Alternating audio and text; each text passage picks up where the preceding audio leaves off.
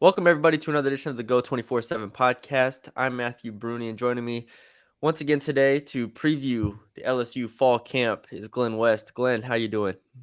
Doing good, man. How are you? Doing well. Can't complain. It's still that we're still in July, unfortunately, so we got to get to August to get to fall camp, and that's when it'll pick up, and that's when I'll feel better. But for now, I'm doing all right. We're getting through. Yeah, I'm kind of in that boat too. I think we're all kind of media guys, just getting that one last rest in before the big tsunami, I guess, hits us and right Right. in the face next week. So Right. it'll be a really fun season. But yeah, we're ready to get rolling. I think for sure. Yeah, we'll spend about 15, 20 minutes or so previewing fall camp, giving our thoughts on what to watch, predicting if some starters, and kind of go from there. We also have some baseball news at the end of the podcast as well, so stay tuned for that. But Glenn, I want to start off with maybe our a prediction or something we're watching for in fall camp specifically. Doesn't have to be the most obscure thing, but just anything that really you're excited about looking for going into the fall. What's that one thing for you? Yeah, so I mean, I think everybody probably knows we've talked about the quarterback so much this offseason, but I'll leave that up to you if you want to talk about that or not. But I think just one thing for me, I'm just going to be looking just for just that cohesion and just how fast it takes them to really figure out what these rotations are going to look like across the roster. I think that's going to be really interesting because it's not only just the quarterback. I mean, you got to have these rotations really kind of figured out, I think, relatively early in camp, so you can obviously figure out just what the game plan will be for that first Florida State game. I think if you're able to spend the first 2 weeks or so kind of tinkering with stuff on the offensive line, on the with the linebackers, with the secondary, I think if you can kind of hone in on what your best combinations are the earlier you get in camp, I think that's probably the best case scenario, and kind of allows you to really think about what the depth chart looks like for that Florida State game and just what the rotations might look like. And I do think that's going to be really, really important for this offensive line in particular to really have kind of a set structure and kind of one or two different combinations of lineups that you can roll with. I just it's the most important thing I think outside of the quarterback battle to me is the offensive line and making sure that group comes together, because the one thing that they do have is a lot of bodies. I mean, they have a lot of bodies, a lot of guys who are big, they're physical, they're athletic. And it's just about finding which ones work well together, which ones are able to give you the most consistent success. And I think that's going to be really key. On the defensive side of the ball, I would say, obviously the secondary, that cornerback rotation is going to be really interesting to follow. We still haven't heard much about Jarek Bernard-Converse this offseason. Yeah. I haven't really asked Brian Kelly about it. But I think you would hope that the plan was to hold him out for the spring and for some of the summer in the hopes that he would be ready for the start of training camp. So we'll get a chance to see that obviously starting next week. And it'll be very, very interesting to see who kind of lines up next to him. I like Mekhi Gardner. I thought he had a great spring, but Yeah. I think there's certainly some big ones, but I think just figuring out the rotations as early as you can in camp are going to be really, really big for me and something I'll be keeping an eye on really roster wide.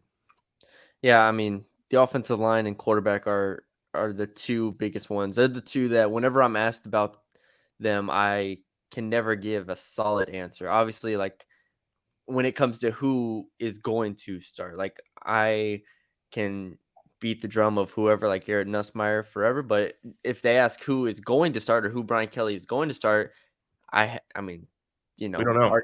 our guess is as good as anybody's. So that's what obviously going to take center stage. Offensive line, and like you said, is second to me in terms of figuring out how that's going to work itself out. Now that everybody's healthy, everybody's engaged. Anthony Bradford, Garrett Dellinger, Marlon Martinez, go down the list, and then I think on defense, I'm pretty much set looking across the board, except for Micah Baskerville. He's the one X factor here that you look at. You're like, he could change the dynamic if he can play better than he did last year, if he can play as well as he did last year, and which one of those two linebackers is removed, right? Greg Penn or Mike Jones. So with that being the case, that's the only position of uncertainty I have. Like defensive line, Makai Wingo is going to be great. Jacoby Guillory is going to be great, but like you have those four set guys pretty much, and then after that you go from there. So, you covered well with the defensive backs. I mean, just veteran guys who we know are going to start pretty much, except I mean Bernard Converse, the only one that maybe has a question mark. For me, the tight end position is probably the one underrated thing that we haven't talked about a ton, and it's just because I'll speak for myself. I don't really want to talk about it that much. Like I don't have a bunch of belief in Cole Taylor or Jack Mashburn or Mason Taylor or Nick Swartz. Like I just don't think that it's a very talented room personally. But there's the reason I brought it up is because Brian Kelly at the Rotary Club event said that they want to have a tight end on the field every single snap almost. And that caught me off guard. Did that catch you off guard at all? Or was that like, did you kind of expect that? No, I think that definitely caught me off guard. I think it caught a lot of the people that follow the site off guard. A lot of our followers, just yeah, I the tight end position is weird because obviously Denbrock and Kelly have a great history of developing that position and putting out some really great players and getting them to the NFL and all that stuff. But I think you're right. Does LSU have a potential NFL tight end on this roster right now? And I don't think so. I mean, it's just really hard to see that. I mean, especially with the kind of lack of production you've seen from that group for really 2 straight seasons now. Obviously you had Eric Gilbert there for 6 or 7 games back in 2020, but they just not on the roster anymore. So I think they put a lot of their eggs in that basket. I think a couple of years ago, hoping that he would be the payoff guy for a season like this. Where I mean, if Yeah. you stick him in, as a 2 year starter at tight end, I mean, what does this offense look like with him plugged in at his full potential? I mean, I just don't know. But that's a hypothetical train that we could talk about for probably hours. But I do think that look, Mashburn has showed you some stuff in the past. I think he's a reliable blocker. I think he's a guy you can put in there and as a sixth man on that front offensive line and really open up some running lanes for the Emerys and the Noah Canes and Armani Goodwins of the world. But he's not going to blow you away with his pass catching ability. And really, Cole Taylor hasn't been able to show you that either. So, I am going to be really curious to see what happens with that position group. We were talking about X factors a little bit earlier, but I would throw in Seven Banks as one for the secondary that I think is going to be really important. Obviously, a guy who hasn't really spent a whole lot of time around the team. He was one of those summer enrollee guys, and I think it's going to be really interesting to see how much ground he can make up, in the early part of camp because he is talented and I think really the biggest thing that's hampered his career has been those injuries. And so we also know LSU's history with Ohio State players and transfers and Yeah. all that jazz. So Mhm. yeah, you hope he can come in and make an impact. I'm not sure it's going to be as a starter right away, but it'll be very interesting to see how that all plays out. But just kind of getting back to the tight ends. Yeah, it's going to be I think it's going to have to be a by committee thing. I wouldn't be surprised if Mason Taylor really kind of finds himself in the rotation, maybe by Yeah. default, if they're not getting something that they want from those top end guys on the depth chart right now. So it was one of the concerns that Mike Denbrock had back in spring, and I'm not sure how much they've really learned about that position in the summer. Yeah, kind of putting a bow on that. It's funny because during the spring, Polian and Kelly were all so vocal that, oh, we're not done here. We're gonna get. I don't know if they said it by name, but I'm pretty sure they were just like, yeah, we're gonna get a tight end. Like there are these positions that we still want to fill. Tight end, corner, whatever, all this stuff, and they just never were able to fill it because the transfer portal just never allowed it to come to fruition. Like there wasn't anything that they wanted to spend a scholarship on. So it's an interesting position. Now, I want to jump to a new segment that I called one or two. All right, so one is the starter, two is obviously not a starter. I got 6 players here, Glenn. I'm gonna throw them to you. You tell me if they're a one or a two. Game one against Florida State. All right. I think it starts easy and it gets progressively harder. I think. I don't Okay. know. But all right, John Emery, is he a 1 or a 2 against Florida State? I'm saying John Emery is a 1. I think Okay, there's really no chance that he's not a starter, I think, for game 1. okay. Cole Taylor. I'm gonna say 2. I think Jack Mashburn, edges him out there. I think he just kinda provides you a little bit more just stability with that position in terms of what he's able to do from a blocking perspective, and, he's a veteran, kinda older guy who I think you can plug in and he won't make a ton of mistakes. See, I read your article. I read your prediction, so I was like, all right, this will. I want to see if he sticks by his prediction or not. So Yep. there you go. Yeah, that wouldn't surprise me either. I mean, Jack Mashburn basically supplanted Cole Taylor in the Yeah. last like few games of the season last year. They just threw him out there, just it's like you said, like a blocking guy. So that wouldn't surprise me at all. But we'll see. Greg Penn. 1. I think Greg Penn's going to be a starter. I think him and Mike Jones really had a fantastic spring, and everything we've heard from within the program is that he's ready for a year 2 leap. And we talked with Jones back at the SEC media days, and he says he has so much trust in Greg Penn and how much he's developed over the last several months. And I just think it's going to be hard to keep him off the field. So you don't think we see Baskerville starting? Well, I think you see him kind of in a similar role to last year. I don't. He wasn't really a full time starter last year either. I think he kind of rotated, with Mike Jones and with a couple other guys throughout the season last year. But no, I don't expect him to be on every snap kind of guy for them this Yeah. year. Okay. Charles Turner. I'm sticking with 1 for now. I'm a tentative 1 on that. Kind of. I think the board has kind of talked me out of it a little bit on him. It's like Uh, peer pressure, man. yeah, There's like yeah, no yeah. way. There's no way. No. Yeah, I just think there's so many different combinations. I actually wrote about this another day or the other day or so, and there's some really good freshmen. I think they're really high on. I think Emory Jones is a guy they really like. They really like Fitzgerald West.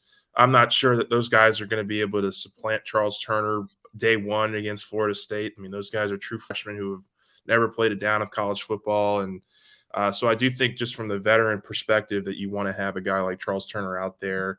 I think obviously you could do some switching around. Tremont Shorts, I think, had some snaps at center during the spring, but Yeah. I'm not sure how much they want to tweak with this offensive line, to be honest with you. Yeah, it's gonna have to be like Shorts or Marlon Martinez or Dellinger. I don't even know if Dellinger can play center, but like it would have to be some real rearranging in a sense. It doesn't feel like you just plug in Emory Jones as center to me. Um, Will Campbell.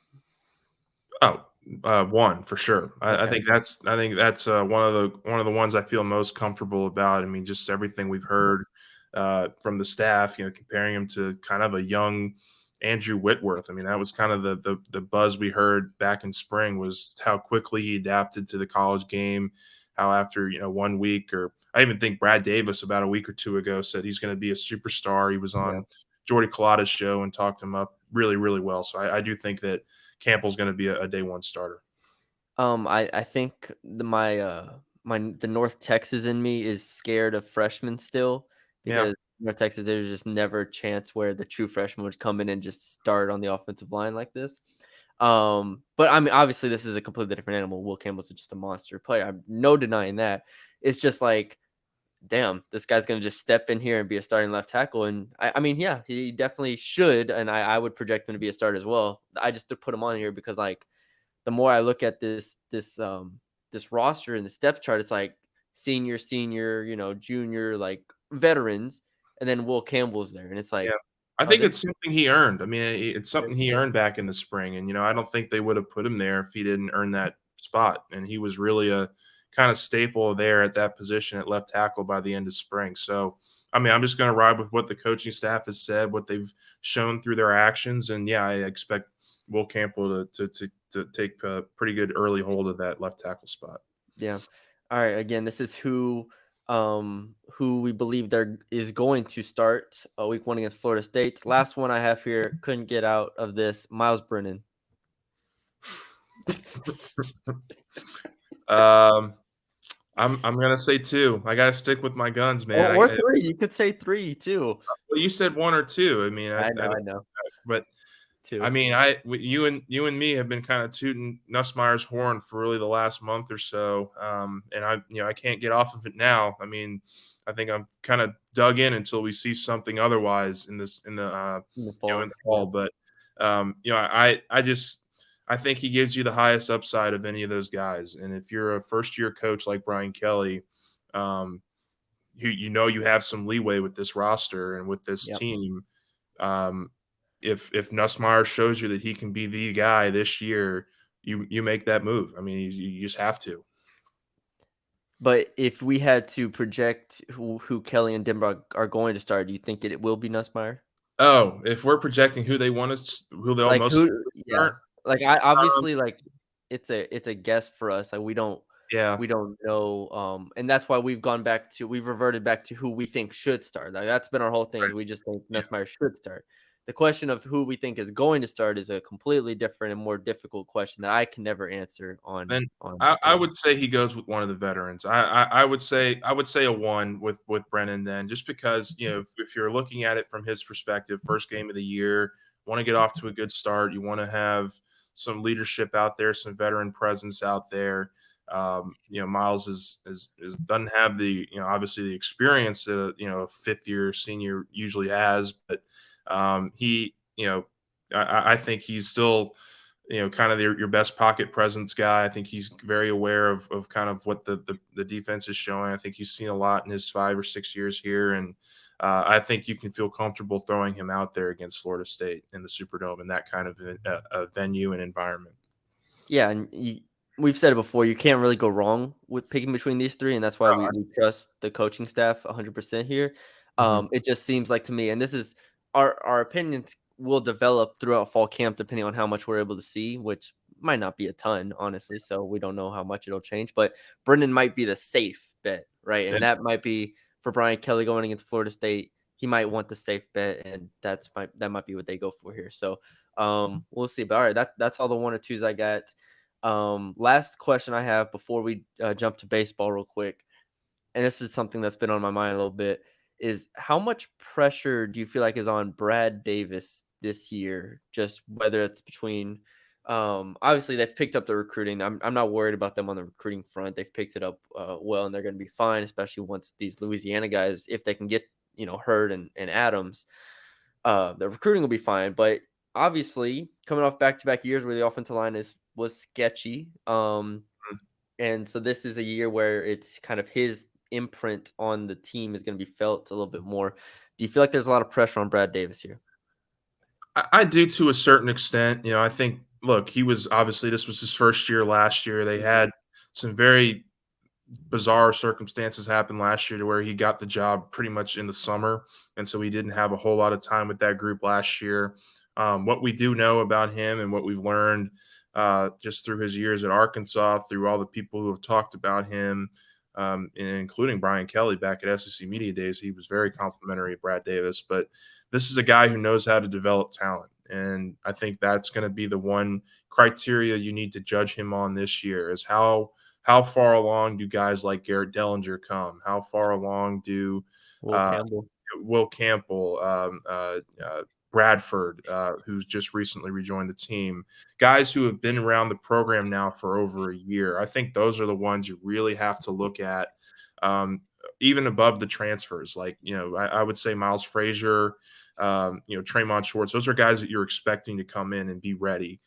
It's those guys that are returning to the roster who have had over a year with Brad Davis as their offensive line coach that you really want to see those big steps from, I think, in year two. And so I'm going to be looking hard at guys like that. And I think it's going to be really important. Obviously, I think a lot of these positions, you're going to have a penciled in starter, but you're going to have a lot of rotations. Like you're going to have a lot of guys subbing in and out throughout the game. It's not going to be like 2019 where you got Cushenberry, Damian Lewis, Austin Deculus, Sadiq Yeah. Charles, all those guys playing every snap of every game. You're going to have some rotations here and some guys ready that aren't starters to play significant snaps. And I think you can throw Marlon Martinez into that mix as well.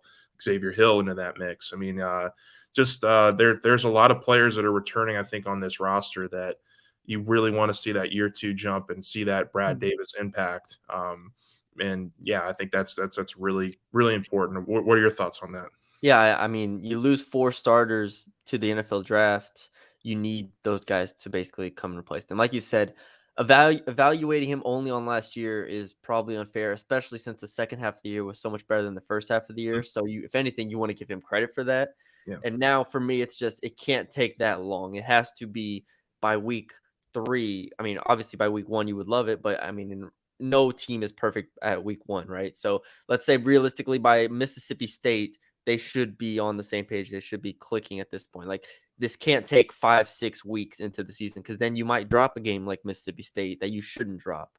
And so that's the separator for me this year is they can't get off to a slow start on the offensive line. They have to figure this out. They have to come out clicking to a degree, and that's why it's hard to predict um, like who's exactly is going to start for the fall because I'm with you. Like on paper, just keep Charles Turner's there. Y'all have continuity from the spring, and the spring looked fine for the most part. Obviously, they're gonna need to improve, but um, yeah, it's gonna be real interesting. I just was looking at this offensive line, and it's like, and I heard I think Brad Davis went on Jordy's show last week or something like that, and he was really excited and everything. I was just like, I need to see it. I need to see it. He's the only returner and on this staff, and I need to see it. So that's why I asked that question. That was a one I It's a had at good the top of question. my mind. It's a good one. Yeah. All right, let's jump to baseball. Let's jump to baseball. I'm going to throw it to you. LSU gets Air Force catcher Paul Skenes. Did I Paul say that Skenes. right? Paul Yep. Skenes, two-way guy. I'll throw it to you. What's the scouting report? What's everyone saying?